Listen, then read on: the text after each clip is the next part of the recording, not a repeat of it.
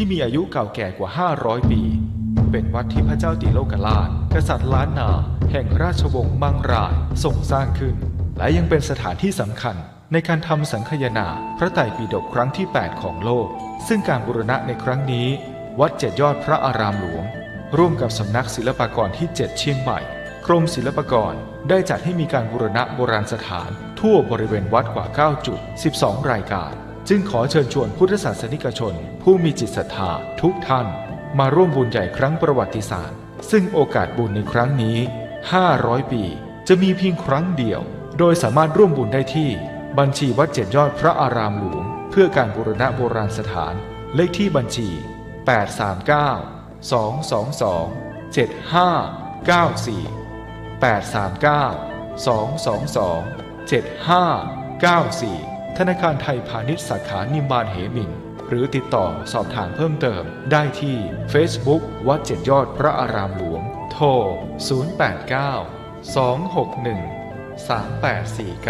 089-261-3849และ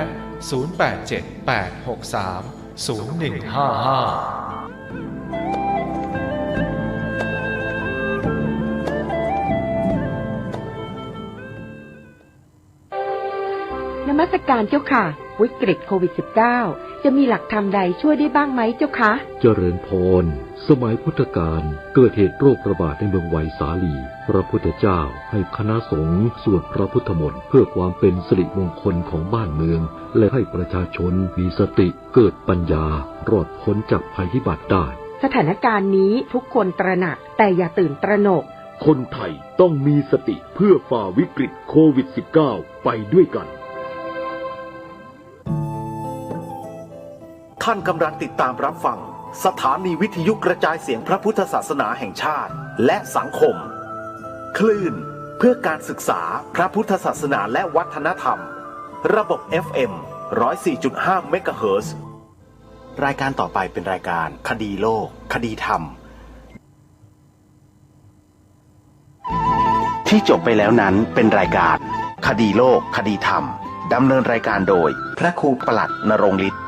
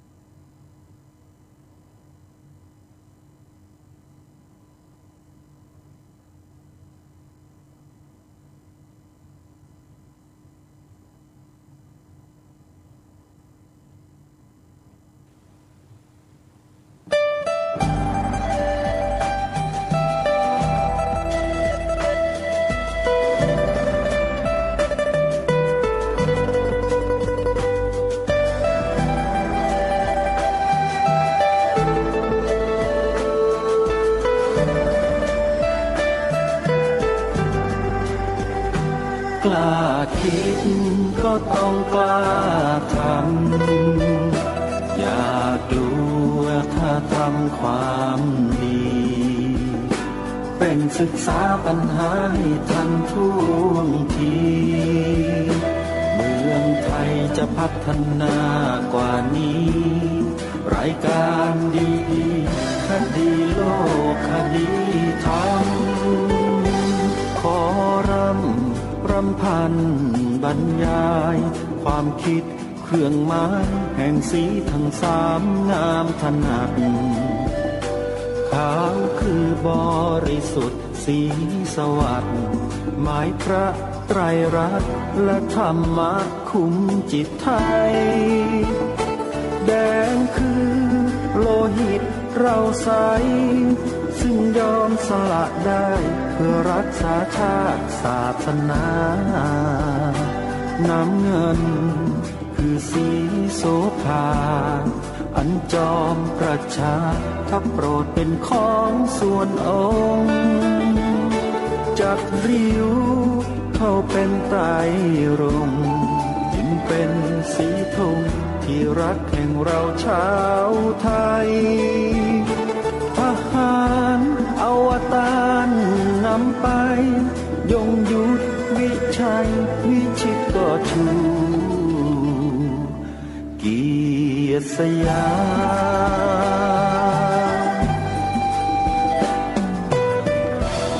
ประเทศไทยที่เจริญมั่นคงมาได้จนถึงทุกวันนี้มิได้เกิดขึ้นจากความหวาดกลัวอย่างคลาดเขลาแต่บรรพบุรุษไทยของเราทุกยุคทุกสมัยล้วนแต่มีความกล้าหาญและชาญฉลาดปกป้องเอกราชสร้างชาติให้เกิดความมั่นคงโดยมีธงแห่งพระไตรรัตน์เป็นเครื่องนำชัยจึงเป็นที่มาที่ไปของรายการคดีโลกคดีธรรมกล้าคิดก็ต้องกล้าทำอย่ากลัวถ้าทำความดีเร่งศึกษาปัญหาให้ทันท่วงทีเมืองไทยจะพัฒนากว่านี้รายการดีๆคดีโลกคดีธรรมรายการดีๆคดีโลกคดีธรรม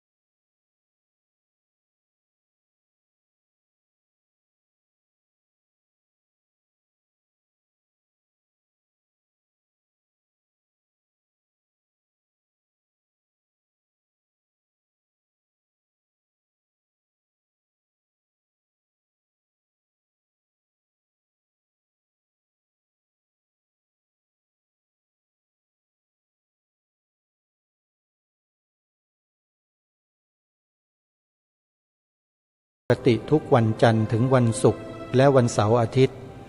ทางสถานีวิทยุแห่งนี้ท่านผู้ฟังสามารถดาวน์โหลดแอปพลิเคชันเพื่อติดตามรับฟังรายการนี้ได้เป็นประจำทุกวันแอปพลิเคชันมีชื่อว่าสมาพันธ์สื่อวิทยุพระพุทธศาสนาอาเซียนเมื่อท่านดาวน์โหลดได้แล้วท่านสามารถเปิดรับฟังรายการธรรมะสาระที่ดีๆได้ตลอด24ชั่วโมงและสามารถฟังได้ทุกพื้นที่ของประเทศและทั่วโลกใครที่บอกให้ผู้อื่นดาวน์โหลดผู้นั้นจะได้บุญขออนุโมทนาสาธุณขณะนี้สถานีวิทยุพระพุทธศาสนาแห่งชาติประจำจังหวัด101คลื่นวัดบ้านปลาคูน FM 104.50 เมกะเฮิรตซ์เกิดขัดข้องเนื่องจากว่าถูกไฟฟ้าลัดวงจรจากกระแสฟ้าผ่าจึงไม่สามารถดำเนินการออกอากาศได้ในช่วงนี้จึงขอแจ้งประกาศมายังญาติโยมสาธุชนที่เคยติดตามรับฟังสถานีวิทยุวัดบ้านปลาคูนในช่วงนี้ให้รับทราบโดยทั่วกันว่าสถานีวิทยุวัดบ้านปลาคูนต้องขอยุติการออกอากาศไว้ช่วงหนึ่งเพื่อทำการซ่อมแซมอุปกรณ์ที่เสียหายจึงแจ้งประกาศมาให้ทราบโดยทั่วถึงกันทั้งนี้ทางวัดบ้านปลาคูนเองไม่มีกำลังทรัพย์ในการที่จะซ่อมแซมบำรุงอุปกรณ์ของเครื่องส่งวิทยุเท่าใดนักอาตมาภาพจึงขอประกาศเชิญชวนศรัทธาสาธุชนท่านใด ที่ต้องการจะบริจาคปัจจัยเพื่อบูรณะซ่อมแซมเครื่องส่งวิทยุของสถานีวิทยุวัดบ้านปลาคูนที่ออกอากาศเปิดธรรมะตลอด24ชั่วโมงให้ได้บุญได้กุศลกันนั้นท่านสามารถโทรศัพท์ไปร่วมบุญได้ที่หมายเลขโทรศัพท์นี้081-183-9690อีกครั้งนะโยมนะพระครูสมุนิติศาสตร์วัดบ้านปลาคูนท่านเป็นผู้ดูแลสถานีวิทยุแห่งนี้โยมโทรศัพท์ไปกราบเรียนถามท่านได้เลยนะว่าต้องการให้ช่วยอะไรบ้างโทรไปที่หมายเลข081-183-9690การช่วยให้สถานีวิทยุออกอากาศได้โยมรู้ไหมว่าได้บุญมากมายมหาศาลเพียงใดสถานีวิทยุคลื่นวิทยุ11เนี่ยมีผู้ฟังเป็นจำนวนเรือนพันเรือนหมื่นแล้วถ้าหากเราทำบุญซ่อมแซมสถานีวิทยุให้ออกอากาศได้ลองคิดดูทีว่าจะได้บุญมหาศาลแค่ไหนโยมเดี๋ยวอาตมาภาพก็จะทำบุญด้วยประกาศไว้ณเบื้องต้นตอนนี้ก่อนเลยว่าจะขอร่วมทำบุญซ่อมเครื่องส่งกระจายเสียงให้กับวัดบ้านปลาคูนเนี่ยจำนวนหนึ่งแต่ขอไม่บอกตัวเลขแล้วกันนะโยมนะเดี๋ยวทางวัดบ้านปลาคูนท่านจะประกาศให้เองนะอาตมาช่วยแน่นอนญาติโยมท่านใดจะช่วยก็ยินดีนะโยมเชิญชวนได้เลยบอกเพื่อนๆญาติพี่น้องเราการทำบุญเครื่องส่งสถานีวิทยุให้ออกอากาศได้เนี่ยโยมบุญใหญ่มากเป็นการเผยแผ่พระพุทธศาสนาได้กว้างขวางกว้างไกลมหาศาลเลยดีกว่าเรานั่งพูดอยู่ในวัดอีกมีเครื่องมืออันทันสมัยเนี่ยทำให้พระพุทธศาสนาเราเผยแผ่ไปได้อย่างกว้างไกลทีเดียวใครทำบุญตรงนี้นะได้บุญเยอะนะขอบอกไว้ก่อนอาตมาภาพขอก่อนเลยรับปากเลยว่าขอทำด้วยนะครับท่านพระครูสมุนิติศาสตร์เดี๋ยวผมจะได้โทรศัพท์ไปแจ้งนะครับว่าได้โอนปัจจัยไปให้นะครับทำบุญตรงนี้ครับและอีกกิจกรรมหนึ่งที่จะเชิญชวนศรัทธาสาธุชนไปร่วมบุญกันโดยเฉพาะญาติธรรมญาติโยมพุทธบริษัทจังหวัดเลยโดยเฉพาะสมาชิกสภาพุทธบริษัทภาคประชาสังคมจิตอาสาประจำจังหวัดเลยทุกท่านทุกคนโยมที่จังหวัดเลยจะจัดงานวันอาสาฬหบูชาขึ้นนะโดยเฉพาะที่วัดป่าจริยธรรมในนามของคณะสงฆ์อำเภอนาด้วงจัดงานกันที่วัดป่าจริยธรรมตำบลนาดอกคำอำเภอนาด้วงจังหวัดเลยขอเรียนเชิญเจริญพรศรัทธาสาธุชนทั้งหลายสมาชิกสภาพุทธบริษัททั้งหลายที่อยู่ในละแวกใกล้เคียงโดยเฉพาะในอำเภอนาด้วงท่านเจ้าคณะอำเภอนาด้วงประกาศเชิญชวนญาติโยมที่อยู่ในนาด้วงนี่แหละมาร่วมงานกันส่วนที่อื่นนั้นเดินทางมาลำบากแล้วก็มีการแพร่ระบาดของโควิดด้วยก็คงจะไม่สะดวกก็เลยประชาสัมพันธ์ให้ญาติโยมชาวอำเภอนาด้วงนั่นแหละนะโยมนะไปร่วมงานกันทางนายอำเภอนาด้วงอนุมัติแล้วให้จัดงานได้ฝ่ายปกครองอนุญาตแล้วนะโยมนะแต่ว่าต้องปฏิบัติตามมาตรการสาธารณสุขให้เคร่งครัดแค่นั้นเองเราก็ร่วมงานกันได้นะไม่มีการยุ่งยากลำบากอะไรเท่าไหร่นักนะโยมนะเพียงแค่สแกนอุณหภูมิล้างมือใส่แมสให้เรียบร้อยแล้วก็ไปนั่งตามจุดต่างๆที่ได้กำหนดก็ไปร่วมงานได้ใครบอกว่าร่วมไม่ได้ใครบอกว่าจัดไม่ได้จัดได้อาตมาภาพยังจะจัดทอดผ้าป่าเลยในกรุงเทพเนี่ยเดี๋ยวจะประกาศให้ทราบในช่วงโอกาสต่อไปนะโยมนะส่วนท่านใดจะร่วมทำบุญสมทบเป็นกองทุนสนับสนุนการจัดงานวันอาสาฬหบูชาให้กับวัดป่าจริยธรรมนะโยมนะทำบุญที่ไหนก็ได้โยมอยู่ที่ไหนก็ทำบุญได้นะครูบาอาจารย์เราจัดงานเพื่อเผยแผ่พระศาสนาอย่างนี้เนี่ยเราหาโอกาสที่จะทำนั้นยากโยมอาตมาจึงขอเชิญชวนนะสนับสนุนทำบุญสนับสนุนงานเผยแผ่พระพุทธศาสนาวัดป่าจริยธรรมโยมโทรศัพท์ไปที่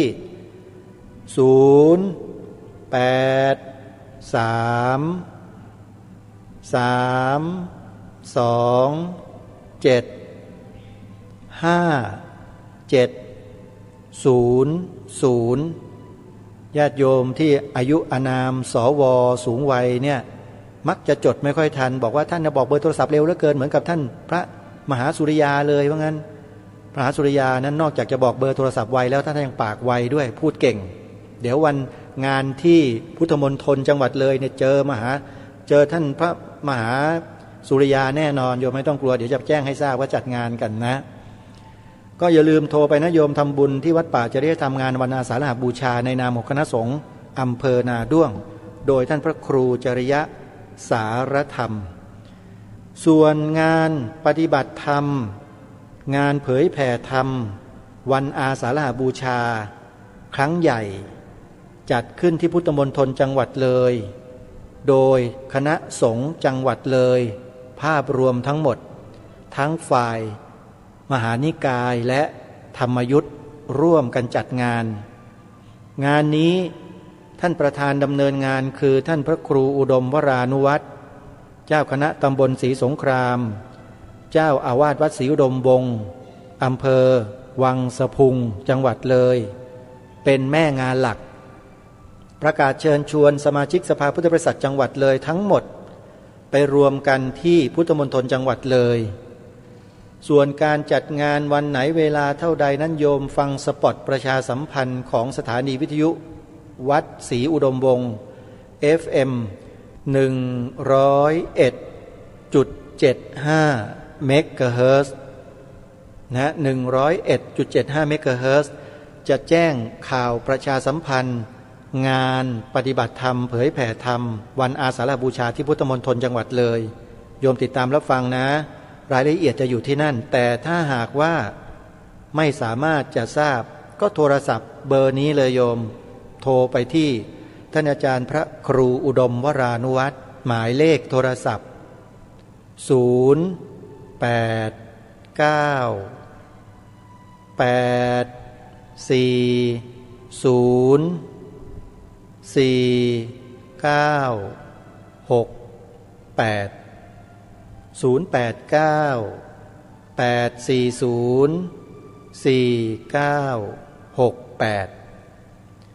วนวัดอารามมงคล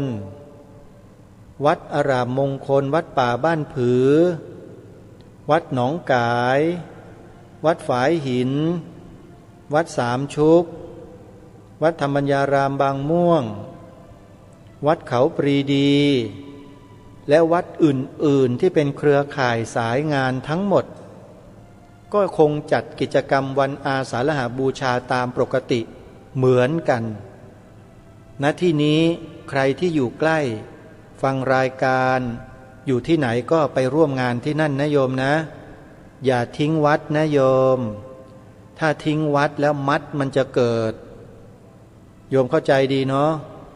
ถ้าทิ้งวัดเดี๋ยวมัดเกิดมัดอะไรนั้นอย่างไรนั้น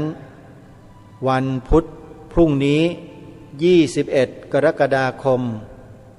คอยติดตามรับชมรายการตระเวนคนตระเวนธรรมทางสถานีโทรทัศน์ดีทีวีที่มีอาตมาภาพเป็นผู้ดำเนินรายการเองติดตามรับชมนะพรุ่งนี้เวลา 18:30 นาทีอปพสจะมาออกรายการร่วมทีนี้แหละเรื่องราวเหตุการณ์อะไรที่มันจมอยู่ใต้พิภพจะถูกอปพสเนี่ยพลิกแผ่นดินเปิดให้พวกเราได้รู้กันว่ามันเกิดอะไรขึ้นกับประเทศไทยของเราณวินาทีนี้ขอบอกว่าไม่มีองค์กรไหนหน่วยงานใดหรือใครก็แล้วแต่กล้านำเอาความจริงเหล่านี้มาเปิดเผยเท่ากับอปพสจำชื่อนี้ไว้ให้ดีท่านสาธุชนจำไว้ให้ดีประเทศไทยของเรานั้นเราอยู่รอดปลอดภัยมาได้ก็เพราะความเสียสละของบรรพบุรุษไทยของเราในอดีตที่ปกปักรักษาผืนแผ่นดินพร้อมทั้งพระพุทธศาสนาและสถาบันพระมหากษัตริย์ รวมเป็น3 สถาบันหลักของชาติไว้ให้แก่พวกเรามาจนถึงวันนี้และเดี๋ยวนี้เวลานี้เกิดอะไรขึ้นกับ3 สถาบันของชาติมีคำตอบในรายการตระเวนคนตระเวนธรรมในวันพรุ่งนี้อาตมาภาพเป็นผู้ดำเนินรายการเองเพราะเป็นเจ้าของรายการตระเวนคนตระเวนธรรมมา11 ปีที่ทำหน้าที่มาเนี่ยเป็นที่ยอมรับเป็นที่ไว้วางใจทั้งฝ่ายบริหารแล้วก็ท่านผู้ชมท่านผู้ฟังที่ติดตามรับชมรับฟังมาเสมอมาเพราะฉะนั้นพรุ่งนี้อย่าพลาดเปิดโทรทัศน์ผ่านดาวเทียมจานดำใครมีจานดำที่บ้านโยมที่ฟังวิทยุอยู่นะวันนี้ลองไปเปิดดูเวลา 18:30 นาทีโยมจะเห็นหน้าเนี่ยพระครูประหลัดนรงฤทธิ์เนี่ยที่พูดรายการคดีโลกคดีธรรมนี่แหละตัวจริงๆเลยออกทีวีหน้าจอทุกวันจันทร์ถึงวันพฤหัสญาติโยมไปดูได้ออกสดนะโยมนะเวลา18:30หลังเคารพธงชาติ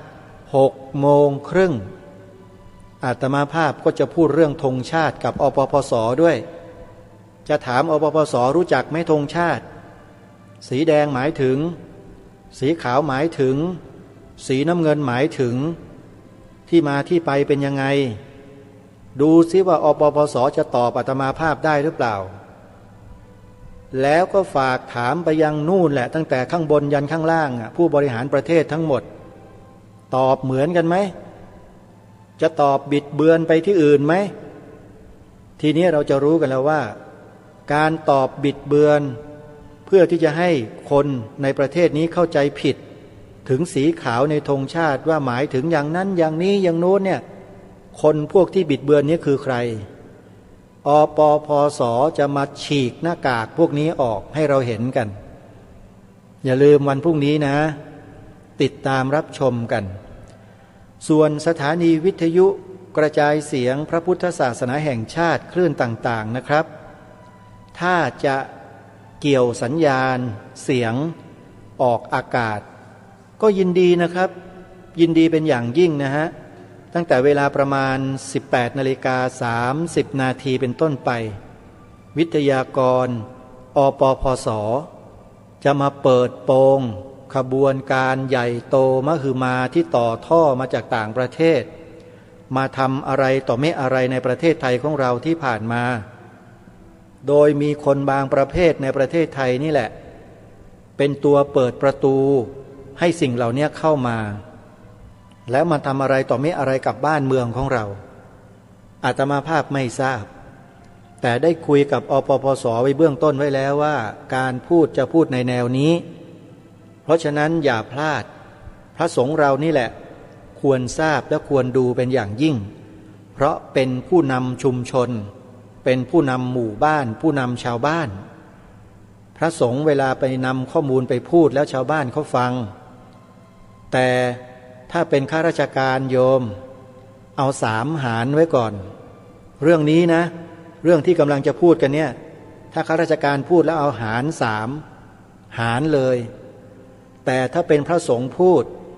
โยมไม่ต้องไปหารหรอกคูณ2เข้าไปอีกนะ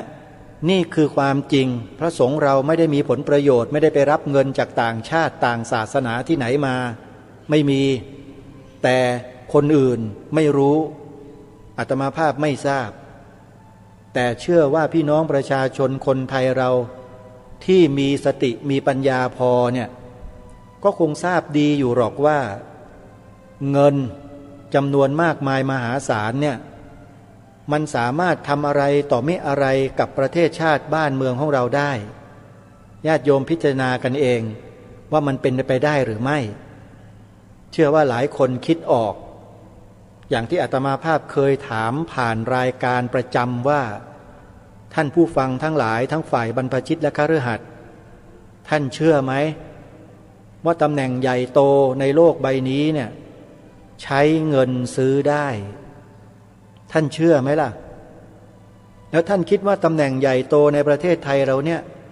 ใช้เงินซื้อได้หรือเปล่าอันนี้เป็นคำถามเฉยๆเดี๋ยวลองไปฟังอปปส.เขาเฉลยเขาไม่ใช่เฉลยแค่นี้ว่าได้หรือไม่ได้แต่เขาจะเฉลยให้เห็นเลยว่าใครเป็นยังไงอยู่ที่ไหนคืออะไรทำไมคำตอบจะอยู่ในวันพรุ่งนี้ในรายการประเวณคนประเวณธรรมทางสถานีโทรทัศน์ผ่านดาวเทียมDDTV วันนี้เดี๋ยวบอกเลขช่องอีกครั้งหนึ่งใครที่จดไม่ทันเมื่อวานนี้นะเลขช่องสถานีโทรทัศน์ผ่านดาวเทียมจานดำนะโยมจานดำนะไอ้จานแดงจานเขียวจานเหลืองจานขาวเล็กๆเนี่ยดูไม่ได้นะ DDTV ไม่ใช้จานพวกนี้เพราะว่าพอฝนตกฟ้าครึ้มนิดนึงสัญญาณมันก็หายเรียบเลยจานเล็กๆพวกเนี้ย DDTV ไม่ใช้จานดำเพราะฝนตกฟ้าร้องมืดมัวฟ้ามัวดินแค่ไหนสัญญาณก็ยังดีเหมือนเดิมนี่คือระบบ C band ใครที่จะติดตามรับชมนะโยมนะเวลา 18:30 นาที 6 โมงครึ่งตอนเย็นพบกับอาตมาภาพทางสถานีโทรทัศน์ช่องนี้ได้เลยหมุนไปที่ช่องหมายเลข232ช่องหมายเลข232นี้อยู่ในกล่องรับสัญญาณยี่ห้อ PSI นะ232สำหรับกล่องรับสัญญาณอีกยี่ห้อหนึ่งคือยี่ห้อ True โยมเป็นจานดำนะขอย้ำว่าต้องเป็นจานดำเท่านั้นนะฮะ True อยู่ที่ช่องหมายเลข223ตัวเลขจะต่างกับของ PSI นิดเดียวสลับแค่ตัวท้ายกับตัวกลางกันเท่านั้นส่วนกล่องรับสัญญาณยี่ห้อ GMMZ อยู่ที่ช่องหมายเลข154สำหรับกล่องรับสัญญาณยี่ห้อ Dynaset Infoset Nanoset หรืออะไรก็แล้วแต่ที่ลงท้ายว่า Z ทั้งหมดเนี่ยอยู่ที่ช่องหมายเลข170จดไว้เลยนะโยมจดไว้มันทุกเลขนั่นแหละมันดูได้สักเลขหนึ่งแหละเชื่ออาตมาภาพเถอะถ้ามีกล่องรับสัญญาณแล้วจานดำเนี่ยดูได้แต่ถ้าดูไม่ได้แปลว่ากล่องรับสัญญาณของโยมนั้นไม่อัปเกรดเป็นกล่องรุ่นเก่าต้องเปลี่ยนกล่องใหม่หรือนำกล่องรับสัญญาณไปที่ร้านค้าแล้วบอกให้เขาอัปเกรดให้ก็ได้นะอีกกล่องยี่ห้อหนึ่งนะที่เป็นช่อง DDTV รับได้ก็คือกล่องยี่ห้อ Sunbox นะ Sunbox อยู่ที่ช่องหมายเลข120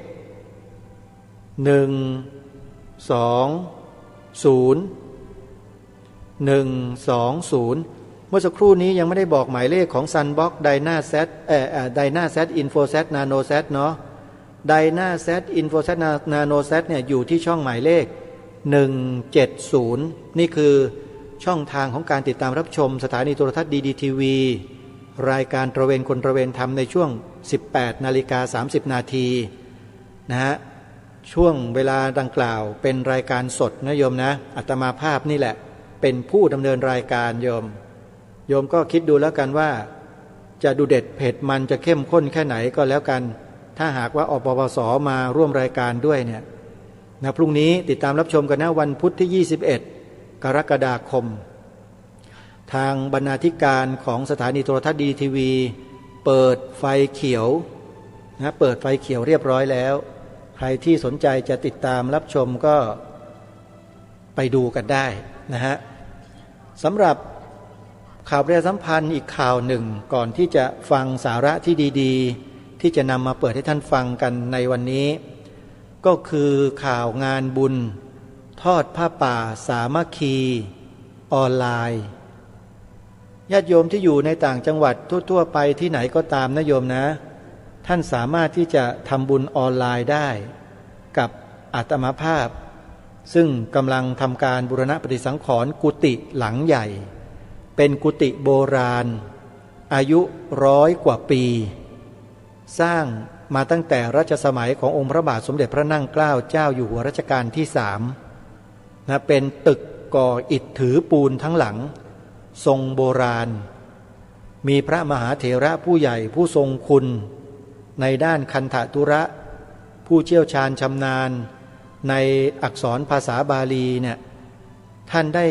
อยู่จำพรรษาที่เสนาสนะหรือกุฏิหลังนี้มาหลายรูปนะองค์สำคัญของกรุงรัตนโกสินทร์ทั้งนั้นเลยโยมแล้วตกมาถึงอาตมาภาพได้อาศัยอยู่ที่หลังนี้บัดนี้ได้สำรุดทรุดโทรมลงไปมากทางวัดก็เลยมีดำริให้ทำการซ่อมแซมบูรณะในส่วนของหลังคาซึ่งขณะนี้ช่างก็กำลังดำเนินการอยู่อาตมาภาพจึงขอเรียนเชิญเจริญพรศรัทธาสาธุชนผู้ใจบุญทุกท่านได้ใช้โอกาสนี้ร่วมบุญทำไมจึงขอให้ใช้โอกาสเพราะการทำบุญกับพระอารามหลวงชั้นเอกพิเศษที่มีสถานะสูงระดับชาติเนี่ยอย่างวัดมหาธาตุเนี่ยนะโยมทำบุญไม่ใช่ง่ายๆนะอาตมาภาพขอบอกแล้วการบูรณะปฏิสังขรณ์เสนาสนะแต่ละครั้งไม่ใช่เรื่องที่จะทำกันได้บ่อยๆ50 ปี60 ปีหรือบางที100 ปีกว่าจะได้ทำครั้งหนึ่งเราทำไปครั้งนี้แล้วเนี่ยเราตายไปแล้วก็ไม่ได้มีโอกาสได้ทำอีกแน่นอนจบที่รุ่นเรานี่แหละรุ่นลูกรุ่นหลานต่อไปก็มาทำต่อมันจะมีการอายุการใช้งานมันอยู่50 ปีขึ้นไปเพราะฉะนั้นถึงเวลาแล้วโยมเป็นโอกาสดีของพวกเราที่จะได้มีส่วนร่วมโยมจะทำบุญเท่าไหร่ก็ได้โยมโอนเข้ามาทางบัญชีธนาคารได้เลยนะโยมนะโดยโอนเข้ามาที่ธนาคารไทยพาณิชย์สาขาบางลำพูเลขบัญชี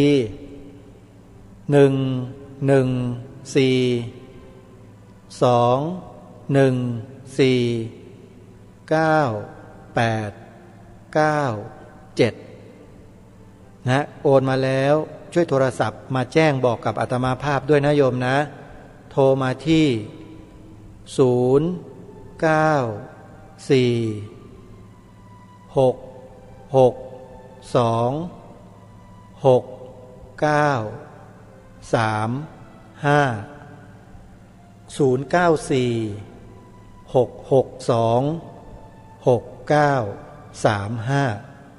เอาละท่านสาธุชนเดี๋ยวเรามาฟังสาระที่ดีๆจากพระเดชพระคุณท่านเจ้าคุณพระราชวชิระบัณฑิตหรือพระอาจารย์มหาประนอมธรรมาลังการโรกันต่อท่านกำลังพาพวกเราแผ่เมตตาต่อไปก็จะเป็นการแผ่กรุณาเคยได้ยินไหมโยมแผ่กรุณาลองมาติดตามรับฟังกันดูนะว่าการแผ่กรุณาของท่านเจ้าคุณพระราชวชิระบัณฑิตนั้นท่านแผ่อย่างไรแล้วแผ่แบบไหนเดี๋ยวเราไปติดตามฟังย้อนหลังกันสักนิดนึงนะช่วงแผ่เมตตาแล้วเดี๋ยวมาฟังเนื้อหาช่วงต่อไปพร้อมๆกันติดตามรับฟังกันได้ณบัดนี้สุขีอัตตานังปริหารันตุจงมีความสุขกายสุขใจรักษาตนให้พ้นจากทุกภัยทั้งหมดทั้งสิ้นเทินแผ่เมตตาเรียบร้อยแล้วก็เมตตาครบต่อไปก็จะแผ่กรุณากรุณาก็คือทุกขิตสัตว์ทุกชนิดที่กำลังมีความทุกข์อยู่ตอนนี้โยคีมีทุกข์อะไรบ้างนั่งนานเป็นทุกข์เจ้าค่ะเดี๋ยวอาตมาจะแผ่กรุณาให้เนาะไม่ต้องขยับหรอกเดี๋ยวอาตมาจะแผ่กรุณาอาตมาสงสารเห็นโยคีนั่งนานก็สงสารอยากจะให้โยคีพ้นจากทุกข์ทั้งปวงเร็วๆมันจะแผ่กรุณาให้นะก็คือทุกขิตสัตว์เนี่ยใครก็ตามที่กำลังมีทุกข์สุด โยมเดินไปในโรงพยาบาลเราก็คิดว่าเดินก็เหนื่อยแล้วนะขึ้นวันนั้นขึ้นไป3 ตึกห้อง ICU 3 ห้องเดินตึกนี้ลงตึกนี้ลงตึกนี้ร้อนก็ร้อน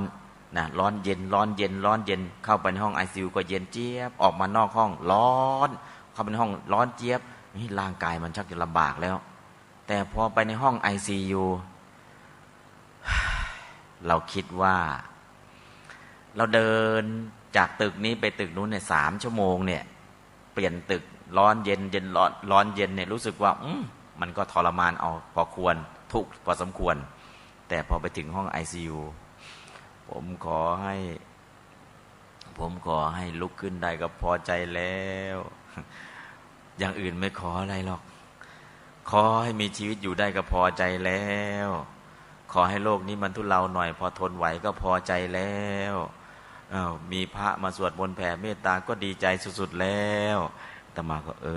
เราก็เดินมาก็ร้อนย้อนลินร้อนเย็นเราคิดว่าเป็นทุกข์เนาะคนป่วยขออะไรขอให้อาการที่มันปวดเนี่ยมันทุเลาลงแค่นี้เขาก็พอใจแล้วเขาไม่ต้องการนั่งห้องแอร์นั่งปวดเมื่อยนิดหน่อยเขาบอกแค่นี้จิ๊บห้องเขาเพราะบอกเขานอนมานานในห้อง ICU เนี่ยในห้อง ICU เนี่ยขอให้เขาลดอาการปวดสักนิดนึงเขาพอใจแล้วหรือมีพระไปเทศให้ไปสวดให้นิดหนึ่งเขาก็พอใจแล้วพอไปเห็นคนทุกข์อย่างนั้นทุกข์ของเราจิบเลยหายทุกข์เลยแทนที่ก็เลยทุกข์ของเราเนี่ยบางทีเราคิดว่ามันยิ่งใหญ่พอไปเทียบกับคนที่เขาทุกข์มากๆเราไม่มีความทุกข์อะไรเลยนะเพราะนั้นก็คือทุกข์ของเราอย่าคิดว่ามันหนักหนาสากันเหลือเกินมันมากเหลือเกินมันมันไม่ไหวแล้วลองเดินไปดูคนในโรงพยาบาลง่ายที่สุดเลย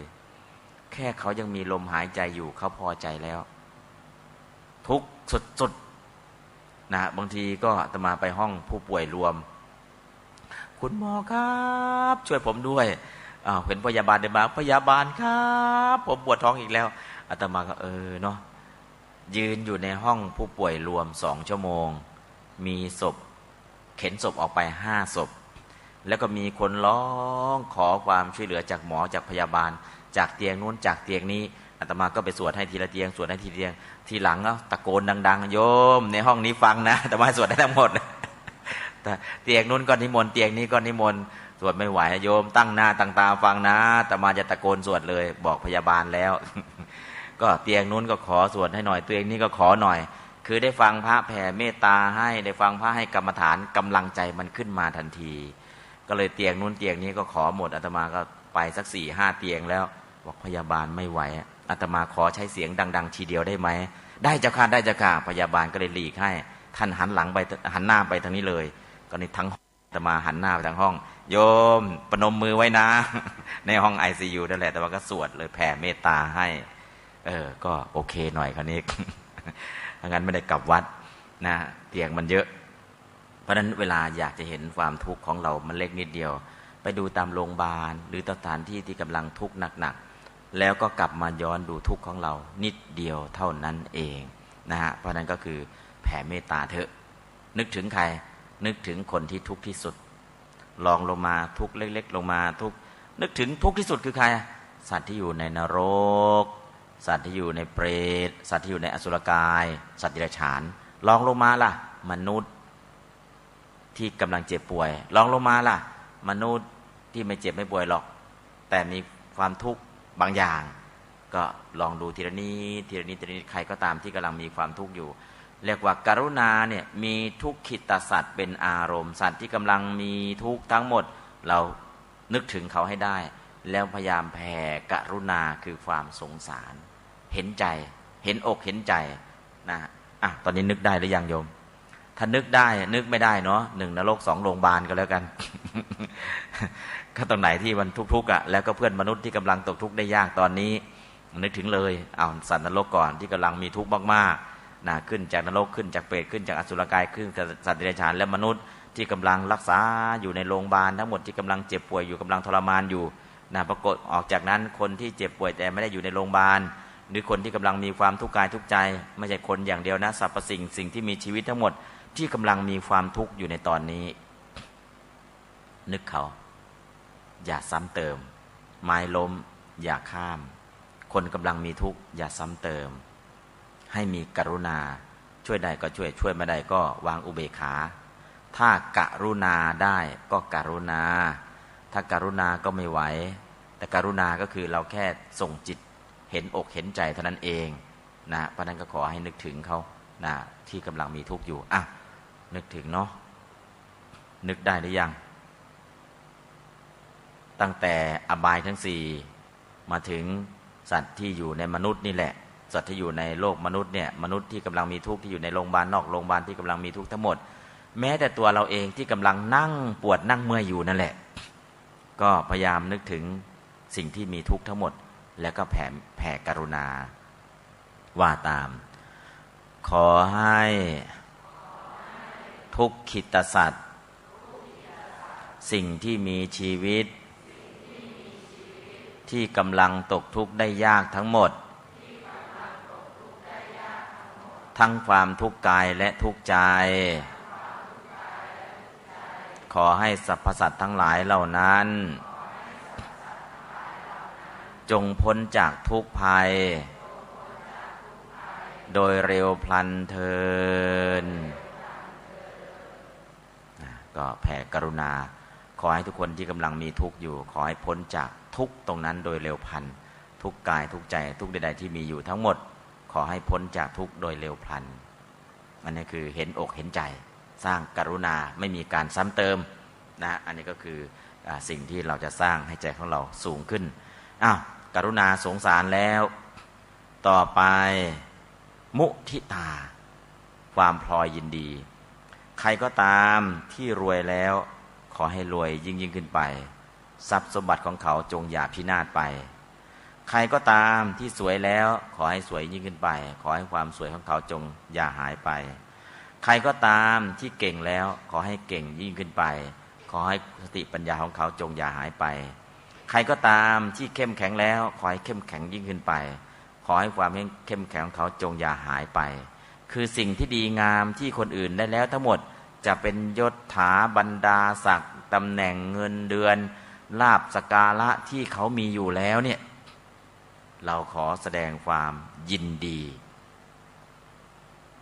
พอใจกับสิ่งดีๆที่เขามีอยู่สิ่งดีๆที่เขามีแล้วจงอย่าพินาศไปให้ระลึกถึงส่วนตรงนี้เพราะสิ่งดีๆที่เขาได้รับเนี่ยบางครั้งไม่ใช่ปัจจุบันเหตุหรอกปัจจุบันไม่ได้ทำอะไรเลยแต่อดีตเหตุสร้างไว้ดีปัจจุบันผลก็ได้รับผลดีเพราะฉะนั้นใครก็ตามที่มีความสุขแล้วขอให้สุขยิ่งขึ้นไปทรัพย์สมบัติของเขาจงอย่าพินาศไปลาภสักการะของเขาจงอย่าพินาศไปให้น้อมจิตไปถึงสุขิตสัตว์สัตว์ที่มีความสุขมีความเจริญมีทรัพย์มีสมบัติมีความสวยมีความรวยมีความหล่อมีความงามสิ่งดีๆที่เขามีอยู่ทั้งหมดจงอย่าหายไปให้แสดงความยินดีให้ได้เราไม่รวยเหมือนกับเขาแต่แสดงมุทิตาพรหมวิหารเราก็มีความสุขเราไม่หล่อไม่สวยเหมือนกับเขาแต่แสดงมุทิตาพรหมวิหารเราก็มีความสุขเราไม่เก่งเหมือนกับเขาเรามีมุทิตาพรหมวิหารเราก็มีความสุขหรือเห็นนักกีฬาไปแข่งชนะมาเราไม่ได้ผู้ชนะหรอกเป็นผู้ชมหรือเป็นคนไทยด้วยกันแค่มุทิตาพรหมวิหารก็มีความสุขนะบางทีเห็นง่ายๆเนาะนักกีฬาประเทศไทยไปแข่งแล้วได้เหรียญทองโอลิมปิกเหรียญของใครของคนแข่งใช่ของเราไหมไม่ใช่ทำไมเราดีอกดีใจล่ะเราแสดงมุทิตาพรหมวิหารเพราะฉะนั้นมุทิตาพรหมวิหารเนี่ยเราไม่ต้องมีหรอกแต่เรามีความสุขได้นะฮะก็เห็นรถเบนซ์แสดงว่าบุญเก่าเขาทำไว้ดีเนาะนะมีรถเบนซ์ขี่หรือเห็นบ้านสวยมากเลยแสดงว่าชาติที่แล้วเนี่ยเขาทำบุญทำกุศลไว้ดีเนาะก็คือดูผลปัจจุบันแล้วก็นึกย้อนไปอดีตเหตุแล้วก็แสดงมุทิตาพรหมวิหารคือสิ่งดีๆที่เขาได้รับเนี่ยปัจจุบันเหตุก็มีอดีตเหตุก็มากเพราะฉะนั้นเนี่ยเขาจะได้รับมาอย่างไรก็แล้วแต่มาจากเหตุมาจากปัจจัยเราก็แสดงมุทิตาพรหมวิหารนอกนั้นถ้าเขาได้มาด้วยความไม่ชอบธรรมล่ะก็เรื่องของเขาเดี๋ยวเขาก็เป็นไปตามกรรมของเขาแต่ตอนนี้เขากำลังได้สิ่งดีๆก็มุทิตาพรหมวิหารแล้วเราก็จะมีความสุขอันนี้ก็คือให้แสดงมุทิตาพรหมวิหาร นะเพื่อไม่มีการอิจฉาซึ่งกันและกันถ้าไม่มีมุทิตาพรหมวิหารล่ะรวยมากเลยคนนี้สงสัยขายยาบ้าอ้าวแล้วคนนี้สวยมากเลยสงสัยไปยันฮีมาเอาแล้วนะไปวุฒิศักดิ์คลินิกมาหรือเปล่านะเห็นอะไรก็ตามที่มันดีกว่าเรามันเก่งกว่าเรามันเฮงกว่าเราเนี่ยเราจะคิดทางลบไม่เคยคิดบวกได้เลยเพราะเราไม่เจริญมุทิตาพรหมวิหารเพราะฉะนั้นถ้าเป็นคู่แข่งล่ะดูไม่ได้เลยไม่อยากดูเขาไม่อยากเห็นเขาประสบความสำเร็จไม่อยากมองเขาประสบความสำเร็จเพราะขาดอะไรเพราะขาดมุทิตาพรหมวิหารอิจฉามันก็จะเล่นงานเราตัวอิจฉาเนี่ยมันเล่นงานเราหนักมากแต่เราไม่รู้ตัวมันเล่นงานเรายังไงมันไหม้ตาเราเลยอิจฉานี่มันไหม้ตาเราเพราะอิจฉาแล้วตาร้อนไฟไหม้ตานะมากกว่าไฟไหม้ตาล่ะอีกามาซ้ำเติมอีกาเหยียบหน้าลอยเป็นไงตีนกาเต็มหน้าเลยสมหน้านะอยากอิจฉาดีนักอีกาเลยมาเหยียบหน้าให้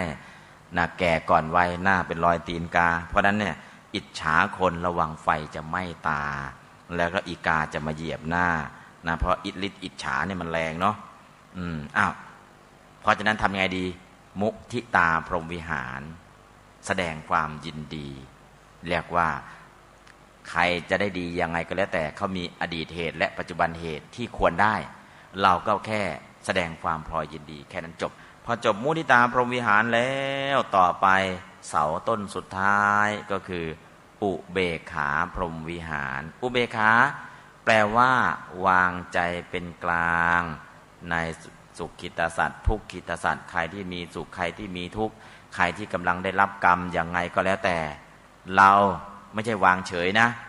วางใจเป็นกลางอย่างเที่ยงธรรมในสัตว์และสังขารทั้งหลายก็คือวางใจยังไงสัตว์ทั้งหลายมีกรรมเป็นของตน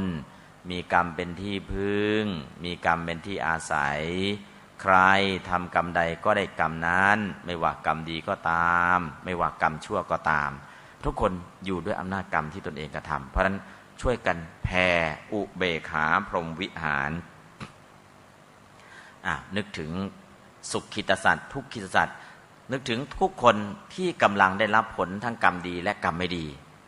เราจะไม่เข้าข้างใครไม่ออกข้างใครเราจะมองด้วยใจที่เป็นกลางอย่างเที่ยงธรรมในสัตว์และสังขารทั้งหลายว่าตามสัตว์ทั้งหลาย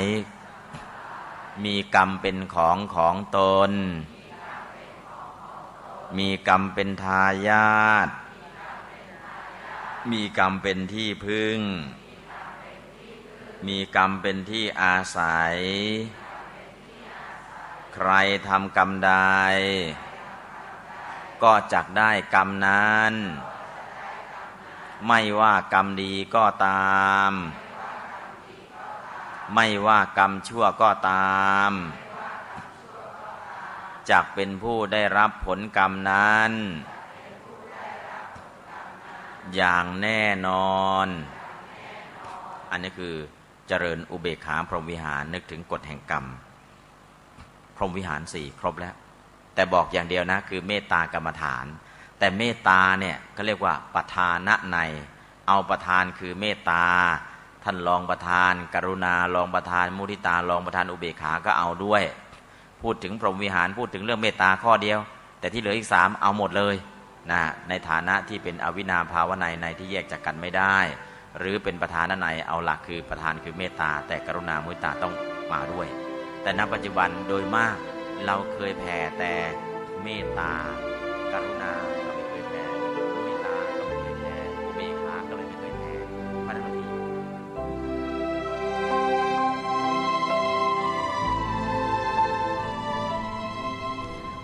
ท่านสาธุชนผู้ฟังทุกท่าน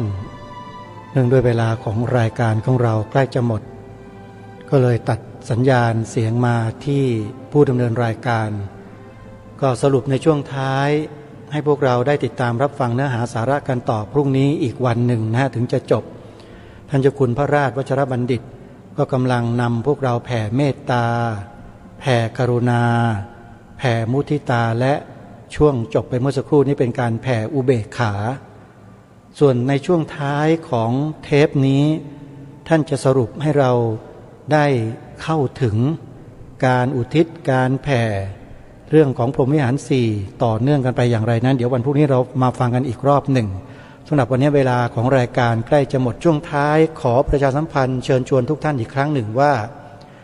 สถานีวิทยุพระพุทธศาสนาแห่งชาติประจำจังหวัด101วัดบ้านปลาคูนกำลังรอศรัทธาสาธุชนได้ช่วยกันสนับสนุนซ่อมแซมอุปกรณ์เครื่องส่งที่ได้รับความเสียหายจากสายฟ้าผ่าเมื่อเร็วๆนี้ถ้าหากท่านใดที่มีความสนใจจะร่วมเป็นเจ้าภาพในการซ่อมแซมเครื่องส่งกระจายเสียงของสถานีวิทยุพระพุทธศาสนาแห่งชาติดังกล่าวให้โทรศัพท์ไปแสดงความจำนงได้ที่พระครูสมุนิติศาสตร์ยานิสโรผู้ดูแลสถานีวิทยุแห่งนี้โทรศัพท์หมายเลข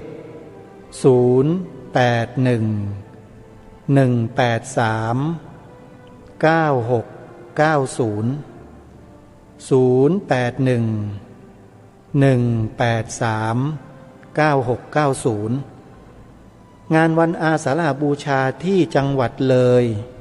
มี2 แห่งแห่งแรกที่อำเภอนาด้วงจังหวัดเลยจัดขึ้นในนามของคณะสงฆ์อำเภอนาด้วงที่วัดป่าจริยธรรมท่านพระครูจริยสารธรรมเจ้าคณะอำเภอนาด้วงเจ้าอาวาสวัดป่าจริยธรรมเป็นผู้ประสานและดำเนินงานได้รับการอนุญาตจากฝ่ายปกครองเรียบร้อยแล้วให้จัดงานได้โดยปฏิบัติตามมาตรการของสาธารณสุขนะฮะนี่ก็เป็นอีกงานหนึ่งใครสนใจจะร่วมบุญทำบุญสนับสนุนงานที่วัดป่าจริยธรรมก็โทรศัพท์ไปได้ที่ส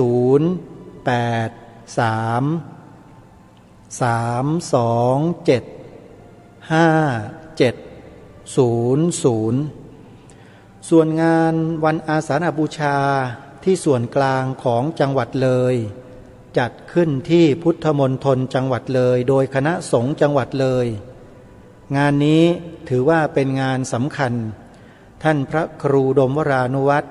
เป็นผู้ดำเนินงานและประสานกับครูบาอาจารย์ให้ไปร่วมกันจัดกิจกรรมดังกล่าวใครสนใจจะเข้าไปร่วมกิจกรรมนี้หรือสนับสนุนกิจกรรมก็โทรไปสอบถามรายละเอียดเพิ่มเติมได้ที่พระครูดมวรานุวัตรเจ้าคณะตำบลศรีสงครามเจ้าอาวาสวัดศรีอุดมวงศ์อำเภอวังสะพุงจังหวัดเลยที่หมายเลขโทรศัพท์